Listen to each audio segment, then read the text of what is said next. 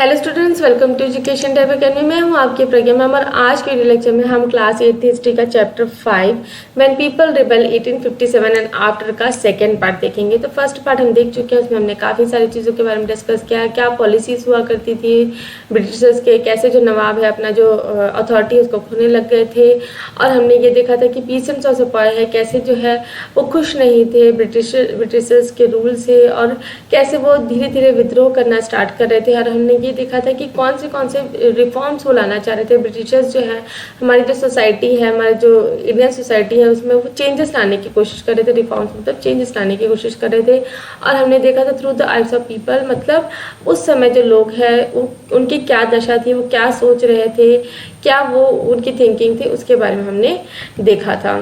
तो अब हम आगे देखेंगे mutiny becomes a popular rebellion. तो इसके बारे में हमको देखना है। तो म्यूटिनी का मतलब होता है जब सोल्जर्स जो हैं, आर्मी के जो सोल्जर्स हैं, वो अपने ऑफिसर्स की बात मानने से मना कर देते हैं, उसको डिसओबे करना स्टार्ट कर देते हैं।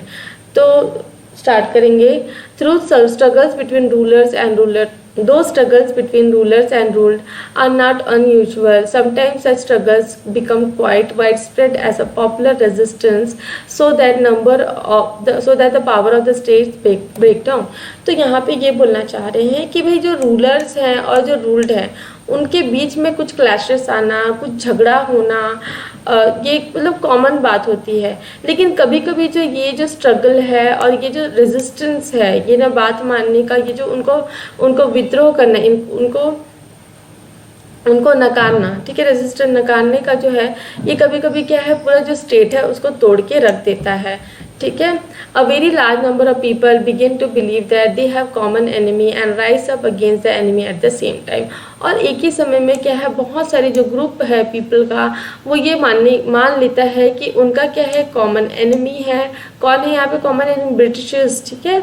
और ये जो एनिमी है उनके साथ वो एक साथ विद्रोह करना स्टार्ट करते हैं। For such a situation to develop, people have to organise, communicate, take initiative and display the confidence to turn the situation around. तो इस समय क्या है, लोगों को क्या है, अपने आप को क्या करना पड़ता है, ऑर्गेनाइज करना पड़ता है, अपने आप को एक दूसरे से कम्युनिकेट करना पड़ता है और नए टेक इनिशिएटिव मतलब नए रास्ते खोजने पड़ते हैं उनको, ठीक है। और अपने अंदर कॉन्फिडेंस बिल्ड करना पड़ता है कि उस सिचुएशन को कैसे उनको हैंडल करना है। तो such a situation developed in northern part of India in 1857. After 100 of conquest and administration, the English East India Company faced a massive rebellion that started in May 1857 and threatened the company's very presence in India.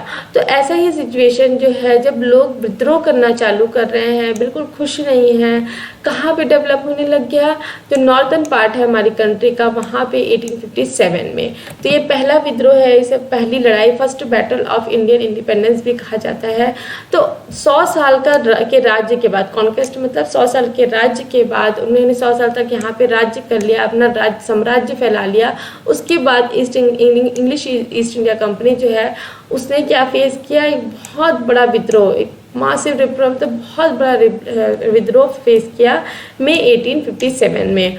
और इससे क्या है, company की जो presence है India में उसको क्या है, खतरा होने लग गया। थ्रेटन मतलब वहाँ पे खतरा होने लग गया, जो कंपनी है उसका जो इम्पोर्टेंस है, उसका जो प्रेजेंस है इंडिया में, उसको खतरा होने लग गया। Sepoys mutant in several places beginning from Meerut and a large number of people from different section of society rose up in rebellion. तो ये जो म्यूटनी है ये कहाँ से स्टार्ट हुई? मेरठ से स्टार्ट हुई, ठीक है। इंपॉर्टेंट है कहाँ से स्टार्ट हुआ, ये भी आपको जानना बहुत ज़रूरी है। तो जो सिपॉयज, जो सिपाही हैं, वो कहाँ से स्टार्ट हुआ, जो उन्होंने अपना जो ये जो विद्रोह करना चालू किया, ये जो डिसओबे वाला जो फंक्शन है उसको स्टार्ट किया, कहाँ से? मेरठ में। और बहुत सारे धीरे धीरे क्या है, बहुत सारे जो लोग हैं अलग अलग सेक्शन ऑफ सोसाइटी से वो भी विद्रोह करना स्टार्ट कर दिए, वो भी इस जो रिबिलियन है उसको ज्वाइन कर लिए। Some regard it as the biggest arm resistance to colonialism in 19th century anywhere in the world.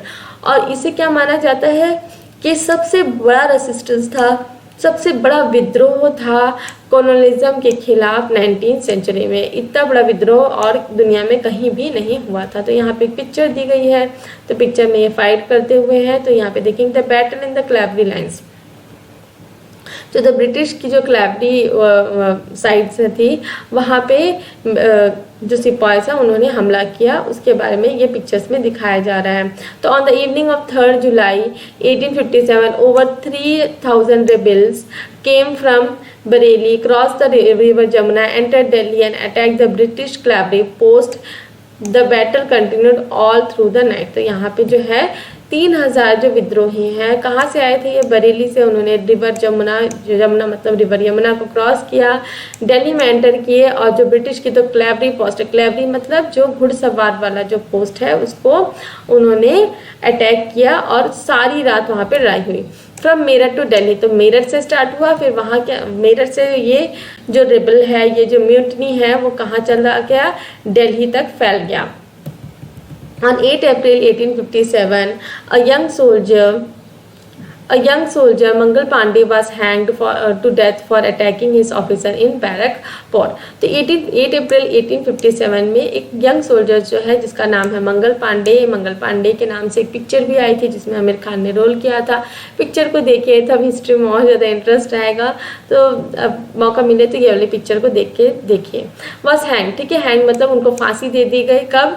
8 अप्रैल 1857 में। उन्होंने क्या किया था? उन्होंने जो ब्रिटिश ऑफिसर्स हैं उनके ऊपर अटैक कर दिया था। कहाँ पे? बैरकपुर में। Some days later some sepoys of the regiment at Meerut refuse to do the army drill using new cartridges which were suspected to be coated with fat of cows and pigs. तो कुछ दिन बाद जो है कई सारे जो सिपाहीज हैं रेजिमेंट के मेरठ में, उन्होंने क्या रिफ्यूज़ कर दिया? उन्होंने क्या किया? मना कर दिया कि वो आर्मी का जो आर्मी ड्रिल मतलब जो उनका मार्च पास्ट होता है उसको वो नहीं करेंगे। क्यों? क्योंकि उनको ये शक था, सस्पेक्ट था, मतलब उनको ये शक था कि जो नए कार्टिजेस हैं जिनको मुंह से मतलब खींच के निकालना है, ठीक है, कार्टिजेस मतलब जो बुलेट को रिफिल करने के लिए यूज़ किया जाता है, ठीक है, तो वो किससे कोटेड थे? Fats of and cows and pigs. तो 85 sepoys were dismissed from service and sentenced to 10 years in jail for disobeying their officers. This happened on 9 May 1857. तो 9 May 1857 में क्या हुआ? 85 जो सिपाहीज थे उनको क्या है? निकाल दिया गया, अपनी सर्विस से क्या है? दरखास्त कर दिया गया, निकाल दिया गया और उनको 10 साल की जेल दे दी गई। क्यों? क्योंकि उन्होंने अपने ऑफिसर्स की बात नहीं मानी थी। और ये कब हुआ? 9 मई 1857 को। The response of Indian officers in Meerut was quite extraordinary. और जो इंडियन सोल्जर्स जो हैं उनका जो रिस्पॉन्स था मेरठ में वो क्या था? एकदम ही एक्स्ट्राऑर्डिनरी था, असाधारण था। इस तरीके की हरकत वो पहले नहीं किया करते थे। तो on 10 May the officers march to jail in Meerut and release the imprison sepoys. तो 9 मई को उनको जेल दी गई थी 85 सिपाहीज को, और 10 मई को जो है सोल्जर्स क्या है? मेरठ के जेल में गए और उन्होंने जो बंदी बनाए थे इम्प्रिजन सिपाहीज से उनको जेल से रिहा कर दिया। दे अटैक्ड एंड किल्ड ऑफिसर्स, और उन्होंने क्या है? ब्रिटिश ऑफिसर्स पे अटैक किया और उन्हें मार डाला। दे कैप्चर्ड गन एंड एम्यूनिशंस, और उन्होंने जो उनके जो गन्स थे, जो बंदूकें थी और जो एम्यूनिशंस थे, ठीक है, जो गोला बारूद वगैरह थे उनको क्या है? अपने अंडर रख लिया, अपने पास रख लिया। और set fires to the buildings and properties of British and declare war on the firangis, और उन्होंने जो है उनकी जो बिल्डिंग्स और प्रॉपर्टीज है उसमें आग लगा दी और उनके खिलाफ क्या है? जंग छेड़ दी। किनके खिलाफ? फिरंगीज। फिरंगीज किसको कहा जाता था? Foreigners. The term reflects an attitude of contempt. तो विद्रोह का जो एक एटीट्यूड मतलब उनको नापसंद करने का एक वो दिखा रहे फिरंगी। The soldiers were determined to bring an end to their rule in the country, but who would rule the land instead? The soldiers had an answer to this question, the Mughal Emperor बहादुर शाह जफर। तो जो वहाँ पे जो soldiers हैं वो उनको अब निश्चित कर लिया था उन्होंने कि ये जो ब्रिटिश रूल है उसका क्या है? उनको एंड कर देना है, ख़त्म कर देना है। लेकिन सोल्जर्स के मन में एक और क्वेश्चन था कि एक और क्वेश्चन उस समय ये आता था कि मतलब अगर ब्रिटिशर्स रूल नहीं करेंगे कंट्री में तो कौन रूल करेगा? तो उनके पास क्या आंसर था? जो मुगल एम्परर बहादुर शाह जफर है वो। The sipahi of Meerut rode all night on night of 10 May to reach Delhi in the early hours next morning. तो जो भी सिपाही थे मेरठ ने उन्हें सारी रात यात्रा की, रोड मतलब सारी रात यात्रा की 10 मई को, और वो दिल्ली पहुँचे नेक्स्ट जो मॉर्निंग है उसमें, ठीक है, सुबह की जो मॉर्निंग है उसमें। As news of their arrival spread the regiment station in Delhi also rose up in rebellion. और जैसे ही उनका जो उनके आने की जो खबर फैली, जो दिल्ली में जो रेजिमेंट्स थी वो भी क्या है विद्रोह में शामिल हो गए। Again British officers where killed, arms and ammunition side, buildings set on fire. तो फिर से क्या है ब्रिटिश ऑफिसर्स को मार दिया गया, उनके आर्म्स और एम्युनिशंस को साइज मतलब उनसे छीन लिया गया और बिल्डिंग्स में फायर लगा दिए गए। Triumphant soldiers gathered around the walls of the red fort where Bahadur Shah live. तो जो मतलब जीत के लिए उत्साही जो वहाँ पे जो सोल्जर्स थे वो क्या है वहाँ पे इकट्ठा होते हैं, कहाँ पे, रेड फोर्ट्स का जो वॉल है वहाँ पे। और बहादुर शाह जो है वहाँ पे जो बादशाह है वही रहा करता था उस समय। डिमांडिंग टू मीट हिम, और उन्होंने क्या डिमांड किया कि वो उनसे मिलना चाहते हैं। The emperor was not quite willing to challenge the mighty British power but the soldiers persisted. तो जो एम्परर है भाई उसकी बिल्कुल भी इच्छा नहीं थी, इसलिए इनको वीक रूलर्स भी कहा जाता है, वीक मुगल रूलर्स कहा जाता है। तो भाई उनकी इच्छा नहीं थी कि वो ब्रिटिश पावर के खिलाफ कुछ भी लड़ाई लड़े, लेकिन जो है सोल्जर्स उनको बहुत ही मनाने की कोशिश करते हैं, उनको इंसिस्ट करते हैं कि भाई अब तो कुछ करना ही है। They force their way into the palace and proclaim Bahadur Shah as their leader. तो उन्होंने क्या है वो जोर जबरदस्ती से पैलेस के अंदर घुस जाते हैं और बहादुर शाह जफर को क्या है अपना लीडर मान देते थे, गोल प्रोक्लेम मतलब घोषित कर देते हैं। तो यहाँ पे है बहादुर शाह जफर की picture. The aging emperor has to accept this demand. He wrote letters to all chiefs and rulers of the country to come forward and organize a confederacy of Indian states to fight the British.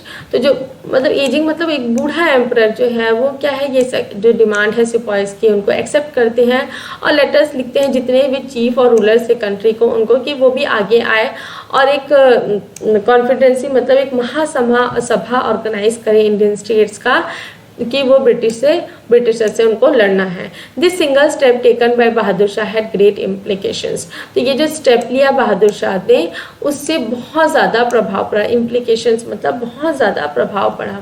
The Mughal dynasty had rule over a large part of the country, most small rulers and chieftains control different territories on behalf of Mughal rulers. तो Mughal dynasty जो के बारे में जैसे कि हमने class 7 में पढ़ा है, उन्होंने हमारी कंट्री को बहुत सालों तक राज्य किया और बहुत सारे जो छोटे रूलर्स और चीफ हैं उनके अंडर जो है काम किया करते थे, ठीक है, वो रूल किया करते थे different territories on the behalf of Mughal rulers.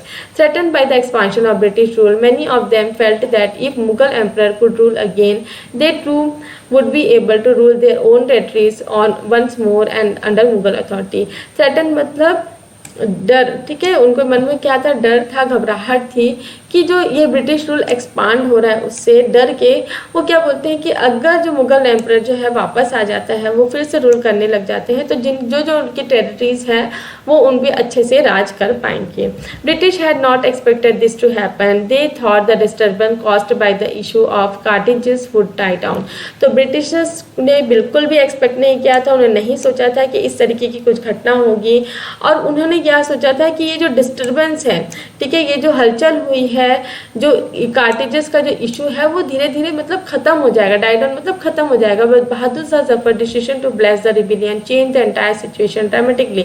लेकिन जो बहादुर शाह ने डिसीजन लिया कि भाई जो रिबिलियन है उसको मतलब जो विद्रोह है उसको आगे बढ़ाना है, तो इससे क्या है स्थिति क्या है एकदम अचानक से चेंज हो गई, ड्रामेटिकली मतलब चेंज हो गई अचानक से। Often when people see an alternative possibility, they feel inspired, enthused। और जैसे ही लोगों को एक अल्टरनेटिव अपॉर्चुनिटी मिलती है, पॉसिबिलिटी मिलती है, तो वो बहुत ही इंस्पायर्ड हो जाते हैं, ठीक है, और वो क्या करते हैं बहुत ही ज़्यादा उत्साही हो जाते हैं। एंथ्यूज्ड मतलब उत्साही हो जाते हैं, प्रेरणा मिलती है, इंस्पायर्ड मतलब उनको प्रेरणा मिलने लग जाती है और बहुत ज़्यादा उत्साही हो जाते हैं। It gives them courage, hope and confidence to act. और इनसे क्या है उनको बहुत ज़्यादा करेज मिलता है, होप मिलता है, कॉन्फिडेंस मिलता है, ठीक है। सो करेज मतलब साहस होता है, कॉन्फिडेंस मतलब आत्मविश्वास।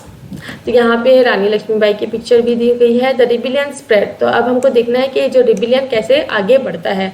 After British were routed from Delhi there was no uprising for almost a week. तो जैसे ही ब्रिटिशर्स को उन्होंने क्या है दिल्ली से खदेड़ा, ठीक है, वहाँ से हटा दिया, तो एक वीक तक कोई भी विद्रोह, अपराइजिंग मतलब कोई भी विद्रोह नहीं होता है। It took It took that much time for news to travel, then a spread of immunities began. तो कि जो खबर है उसको फैलने में थोड़ी टाइम लगी, लेकिन वैसे जैसे ही वो खबर फैली उसके बाद जो है बहुत सारी स्प्रेड मतलब बहुत सारी इम्यूनिटीज began है ना। अलग अलग जो रेजिमेंट्स है अलग अलग एरिया में जो है लोगों ने विद्रोह करना चालू कर दिया, लोगों ने डिसओबे करना चालू कर दिया अपने जो ब्रिटिश ऑफिसर्स हैं उनको। Regiment after regiment mutinied and take off to join other troops at nodal point like Delhi, Kanpur and Lucknow. तो एक के बाद एक जो रेजिमेंट्स है वहाँ पे म्यूटिन मतलब जो सिपाहीज है वो अपने सोल्जर्स को डिसओबे करना चालू कर देते हैं और जो है नोडल पॉइंट्स है ना वो ज्वाइन करते हैं। ये जो रिबेलियन की जो ट्रूप्स है ये जो आर्मी बन रही है उसको ज्वाइन करने लग जाते हैं। जो नोडल पॉइंट मतलब सेंटर पॉइंट है, क्या कौन से सेंटर पॉइंट हुआ करते हैं? दिल्ली, कानपुर और Lucknow. After them, people of the towns and villages also rose up in rebellion and railed around local leaders, zamindars and chiefs who were prepared to establish their authority and fight the British.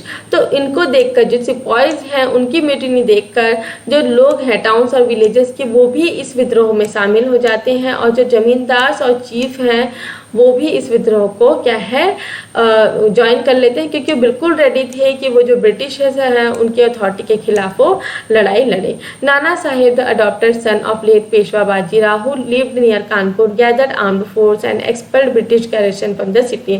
तो नाना साहेब जिसके बारे में हमने पहले देखा था कि वो कौन था, अडॉप्टेड सन था पेशवा बाजीराव का जो कानपुर के पास रहता था। उन्होंने भी अपने आर्म्ड फोर्स को इकट्ठा किया और एक्सपेल मतलब हटा दिया जो ब्रिटिश की जो गैरिसन थी उनकी जो सिटी है वहाँ पे जो ब्रिटिशर्स का जो आर्मी फोर्स था, जो आर्मी का जो काबिला था उसको वहाँ से उन्होंने हटा दिया। तो यहाँ पे फिगर 8 में दिखा है as a British mutiny spread British officers were killed in the cantonment. यहाँ पे जो ब्रिटिश ऑफिसर्स हैं उनको उनके कैंटोनमेंट्स में मारा जा रहा है उसकी एक पिक्चर हुई है। And he proclaim himself as Peshwa. तो जो नाना साहेब है वो अपने आप को पेशवा डिक्लेयर करते हैं और ब्रिटिशर्स के खिलाफ लड़ाई लड़ने के लिए आगे बढ़ते हैं। He declare that he was governor under emperor Bahadur Shah Zafar, और उन्होंने क्या घोषित किया कि वो एक एम्परर है बहादुर शाह जफर के अंडर, वो एक गवर्नर है बहादुर शाह जफर के अंदर। In Lucknow, Birjiz Qadar, the son of dispossessed Nawab Wajid Ali Shah, was proclaimed. अब जो लखनऊ वाला एरिया है वहाँ पे बिरजिस कादर जो है वो क्या है अपने आप को नवाब डिक्लेयर करता है। और ये क्या किसका बेटा रहता है? डिस्पोज मतलब जो जिस नवाब को हटा दिया जाए, डिस्पोज मतलब जिसे हटा दिया जाए, जिस राजा को हटा दिया जाए। कौन सा राजा था? नवाब वाजिद अली शाह का ये बेटा था, इसने अपने आप को नवाब घोषित कर दिया। ही टू एक्नॉलेज द सुजनिटी ऑफ बहादुर शाह जफर, उसने भी एक्नॉलेज किया कि हाँ वो अंडर जो है बहादुर शाह जफर के अंडर एक गवर्नर है, ठीक है। उसकी सुजनिटी मतलब उनके अंडर काम करना, ठीक है, अपने को उनके कोई भी राजा है उसके अंडर घोषित करना। तो his mother Begum Hazrat Mahal took an active part in organising the uprising against the British. तो इनकी जो मदर थी बेगम हजरत महल, उन्होंने भी बहुत अच्छे से पार्ट लिया ये जो अपराइजिंग, ये जो विद्रोह हो रहा है उसमें, जो ब्रिटिशर्स के खिलाफ विद्रोह हो रहा है उसमें। इन झांसी रानी लक्ष्मीबाई जॉइन द रिबेल सपाइस, और झांसी में जो रानी जो लक्ष्मीबाई है उन्होंने ये जो रिबेल सपाइस है इनको ज्वाइन किया। And fought British along with Tatya Tope, और ब्रिटिशर्स के साथ उन्होंने लड़ाई की, किसके साथ? तात्या तोपे के साथ, the general of Nana Saheb. In Mandla region of Madhya Pradesh Rani Avanti Bai Lodhi of Ramgarh raised and led an army of 4000 against British who had taken over administration of her seat. और जो मध्य प्रदेश का मंडला रीजन है वहाँ पे रानी अवंती बाई लोधी जो रामगढ़ की रानी हुआ करती थी, उन्होंने भी ब्रिटिशर्स के आगे विद्रोह किया। किनके साथ? कितने आर्मी के साथ? 4000 आर्मी के साथ, जिन्होंने ब्रिटिशर्स ने क्या किया था? उनकी जो एरिया है, उनका जो एडमिनिस्ट्रेशन, उनका जो स्टेट है उसको उनसे छीन लिया था। The British were greatly outnumbered by rebel force. तो ब्रिटिशर्स जो हैं उनकी संख्या जो है कम थी रिबेलियन फोर्स के कारण। तो they were defeated in number of battles, तो वो क्या है बहुत सारी जो बैटल्स है उसमें हार गए। This convince the people that rule of the British has collapsed for good and gave them confidence to take the plunge and join the rebellion. तो ये जैसे जैसे ब्रिटिशर्स जो है बहुत सारे बैटल्स हारते गए, इससे क्या है वो कन्विंस होने लग गया, उनको विश्वास होने लगा कि ब्रिटिशर्स का जो रूल है अब भाई वो अंत आ जाएगा, कोलैप्स मतलब अंत में आ जाएगा और इससे उनको कॉन्फिडेंस मिला कि भाई, इससे बाकी लोगों को भी कॉन्फिडेंस मिला कि भाई वो ये जो रिबेलियन है, ये जो विद्रोह है, उसमें एकदम छलांग लगाए। प्लंज मतलब छलांग लगाना होता है, छलांग लगा के ज्वाइन करे इस रिबेलियन को। A situation of widespread popular rebellion developed in the region of Awadh in particular। और वैसे ही ये जो रिबेलियन है ये अवध वाले रीजन में भी ऐसे ही फैलने लगा। On 6 August 1857 we can find a telegram sent by Lieutenant Colonel Tytler to his British commander in chief expressing the fear felt by British। तो यहाँ पे एक टेलीग्राम है जो 6 अगस्त 1857 में भेजा गया था।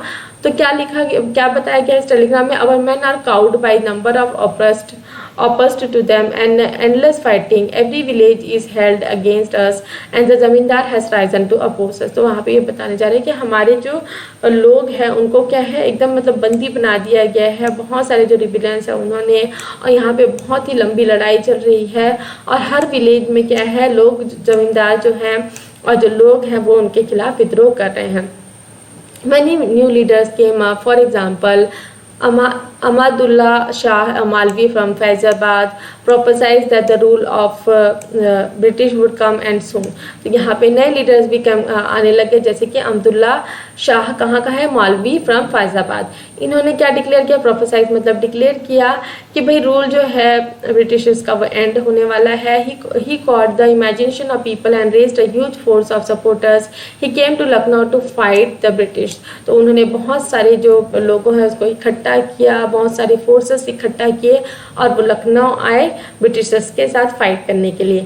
इन Delhi a large number of ghazis और religious warrior came together to wipe out 5 people. और दिल्ली में बहुत सारे जो घासीज हैं, मतलब जो रिलीजियस वॉरियर्स हैं, वो क्या है, आगे आए और 5 पीपल के लिए उसके साथ लड़ने लगे। Bakht Khan a soldier from Bareilly took charge of large force of fighters who came to Delhi. अब वैसे ही बखत खान कहाँ के थे? बरेली से थे। उन्होंने भी बहुत सारे फोर्स के साथ वो आए दिल्ली में। He became the key military leader of the Libyan. तो ये क्या थे? की मिलिट्री लीडर थे जो ये विद्रोह हो रहा है उसका।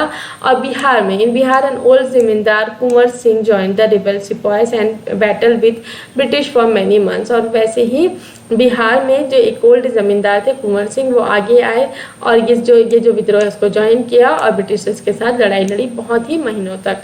Leaders and fighters from across the line join the fight. तो ये जो लीडर्स और फाइटर्स है वो अलग अलग जो एरिया है वहाँ से आए और जो इस लड़ाई में साथ देने लगे। The company fights back. तो अब हमको देखना है जो कंपनी है वो आगे की लड़ाई कैसे लगती है। Unnerved by the scale of upheaval the company decided to suppress the revolt with all its might. तो इससे जो घबरा के, अननर्व्ड मतलब एकदम नर्वस हो गए थे, ठीक है, वो डरने लग गए थे। ये जो विद्रोह है, अपहेवल मतलब विद्रोह है, जो कंपनी को ने क्या किया, एकदम डिसाइड कर लिया कि अब जो ये रिवॉल्ट है इसको किसी भी तरह, ऑल माइट मतलब अपना जो पूरा ताकत लगा के जो रिवॉल्ट है उसको कैसे भी करके ख़त्म ही करना है। तो यहाँ पे पिक्चर दी गई है कुबीर कुंवर सिंह के, यहाँ पे दिया गया है British forces attack the rebel who had occupied the red fort. ठीक है, रेड फोर्ट राइट साइड में दिया गया है और सालिमगढ़ फोर्ट जो है दिल्ली में, उसको लेफ्ट साइड में दिया गया है। तो इट ब्रॉट, उन्होंने क्या है जो ब्रिटिशर्स ने क्या मंगवाए, It brought reinforcement from England, passed new laws so that rebels could be convicted with ease and then moved into storm centers of the revolt। तो उन्होंने क्या है अलग से सेना बुलवाई, reinforcement मतलब अलग से और सेना बुलवाई, कहाँ से? इंग्लैंड से, सोल्जर्स बुलवाए इंग्लैंड से और नए लॉज पास किए जिससे जो ये विद्रोही हैं उनको ईजिली क्या है दोषी ठहराया जा सके। और move into the storm centres, जो स्टॉर्म का जो सेंटर है, जो रिवॉल्ट का सेंटर है, वहाँ पे वो गए। Delhi was recapture from the rebel forces in September 1857। जो दिल्ली का जो एरिया है उनको छीन लिया गया, रिकैप्चर कर लिया गया वहाँ से जो रिबल फोर्सेस है उनसे सितंबर 1857 में। द लास्ट मुगल एम्परर, जो लास्ट मुगल एम्परर है बहादुर शाह जफर, उस was tried in court and sentence to life imprisonment. तो बहादुर शाह जफर जो है उनको उनकी कोर्ट में पेशी की गई, टायर्ड इन कोर्ट मतलब पेशी की गई और उनको क्या है लाइफ इम्प्रिजमेंट, ठीक है, उम्र कैद की सजा सुना दी गई। He and his wife Begum Zeenat Mahal were sent to prison in Rangoon in October 1858। और बहादुर शाह जफर और उनकी जो बेगम थी, उनकी जो रानी थी जीनत महल, उनको कहाँ भेज दिया गया? जेल में भेज दिया गया, रंगून। ठीक है, 18 अक्टूबर 1858 में। Bahadur Shah Zafar died in Rangoon jail in November 1862।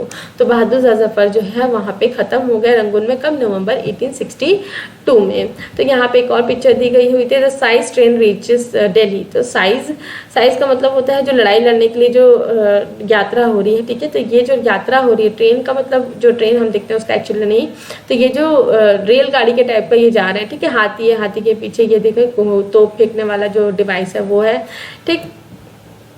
तो ये लोग आगे जा रहे हैं। The British forces initially find it difficult to break through heavy fortification in Delhi. On 3 September 1857 reinforcement arrived, a 7-mile long size train comprising cart load of cannons and ammunition pulled by elephant। तो यहाँ पे आप देख सकते हैं elephant से जो ये जो है, ठीक है, कार्ट लोड्स जो कैनन्स फेंकने वाला जो डिवाइस है उसको वो लेके जा रहे हैं, ठीक है। The recapture of Delhi, however, did not mean that the rebellion died down after that. People continued to resist and battle the British. The British had to fight for 2 years to suppress the massive force of the popular rebellion. तो यहाँ पे जैसे ही उन्होंने दिल्ली को recapture कर लिया, Britishers ने दिल्ली के ऊपर फिर से कब्जा कर लिया, लेकिन इसका मतलब ये नहीं था कि ये जो विद्रोह है वो ख़त्म हो गया। जो लोग हैं, ठीक है, पीपल जो है, लोग हैं, वो अभी भी लगातार कंटिन्यू कर रहे थे रेसिस्ट करने के लिए और ब्रिटिशर्स के साथ लड़ाई करने के लिए। तो ब्रिटिशर्स को 2 साल तक लड़ाई लड़नी लड़ी ताकि ये जो रिबिलियन था, ये जो पॉपुलर रिबिलियन था, उसको रोक सके। Lucknow was taken in March 1858।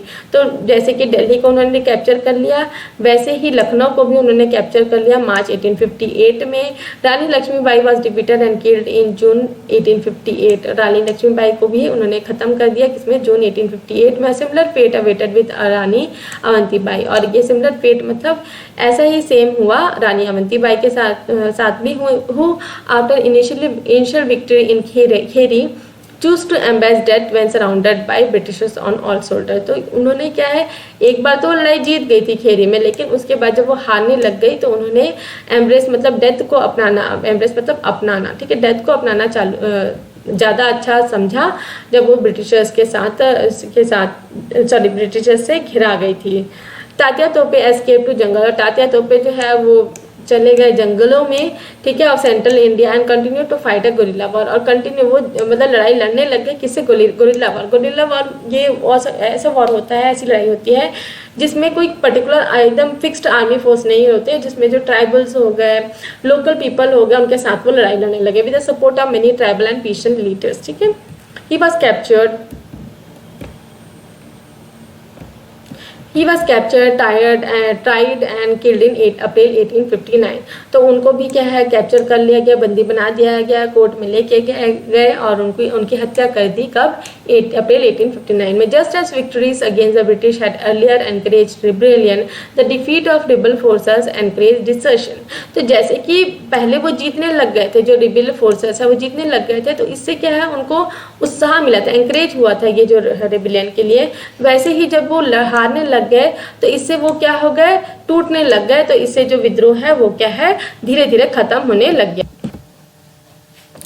The British also tried their best to win back the loyalty of the people. They announced rewards for landholders would be allowed to continue to enjoy traditional rights over their land। तो अब जो है Britishers जो है उन्होंने भी अपनी पूरी कोशिश की जो लोगों क्या लॉयल्टी वो जीत सके, लोगों के प्रति अपना विश्वास जीत सके। इसलिए उन्होंने क्या अनाउंस किया, उन्होंने बहुत सारे रिवॉर्ड्स अनाउंस किए। जैसे कि उन्होंने लोकल लैंड होल्डर्स, उनको क्या बोला कि भाई अब जो उनके पास जो ट्रेडिशनल राइट्स हुआ करते थे लैंड के, वो उसको एंजॉय कर सकेंगे। और those who rebelled were told that they if they submitted, और जो विद्रोह कर रहे थे उनको क्या बोला गया कि अगर वो समर्पण कर देते हैं ब्रिटिशर्स के सामने, if they have not kill any white people, और उन्होंने अगर कोई भी वाइट पीपल जो है उनकी हत्या नहीं की गई है, तो उनको भी क्या है, वो सेफ होंगे, उनके राइट्स और जो क्लेम्स हैं लैंड के उनको वापस दे दिया जाएगा, उनको कुछ भी मतलब नकारा नहीं जाएगा। Nevertheless hundreds of sepoys, rebellions, nawab, rajas were tried and hung. और उसके बावजूद भी बहुत सारे जो है हंड्रेड्स ऑफ जो सिपॉयज थे, रिबिलियंस थे और रेबल्स थे और नवाब से, राजा से, उनको क्या है मार दिया गया और उनको क्या है फांसी में लटका दिया गया। तो यहाँ पे एक और पिक्चर है, देखेंगे तो यहाँ पे दिख रहा है the British true blow up Kashmiri gate to enter Delhi. तो जो ब्रिटिशर्स हैं वो क्या है, देखिए ये बड़ा बड़ा मतलब जो हथियार वगैरह, ये जो तोपे वगैरह लेके जा रहे हैं जो कश्मीरी गेट है उसको तोड़ने के लिए, ताकि वो दिल्ली में एंटर कर सके। तो आज के वीडियो लेक्चर में हम इतना ही करेंगे। आगे जो इसका जो क्या नतीजा हुआ, इसके बाद जो है ना 1857 का जो रिबेल था उसके बाद का क्या प्रोसेस हुआ, उसके बाद क्या नतीजे हुए, ब्रिटिशर्स ने क्या किया, लोगों ने क्या किया, ये हम नेक्स्ट वीडियो लेक्चर में देखेंगे। तो आज का वीडियो लेक्चर यहीं पे हम ख़त्म करते हैं। अगर वीडियो लेक्चर पसंद आया है तो क्या करना है, आपको वीडियो को लाइक शेयर करना है, कमेंट करके बताना है कि वीडियो कैसा लगा। और अगर वीडियोस पसंद आते हैं तो चैनल को सब्सक्राइब कर लेना है, बेल नोटिफिकेशन को भी ऑन कर लेना है, ताकि जब भी मैं नए वीडियोस डालूँ तो आपको नोटिफिकेशन मिल सके। Thanks for watching.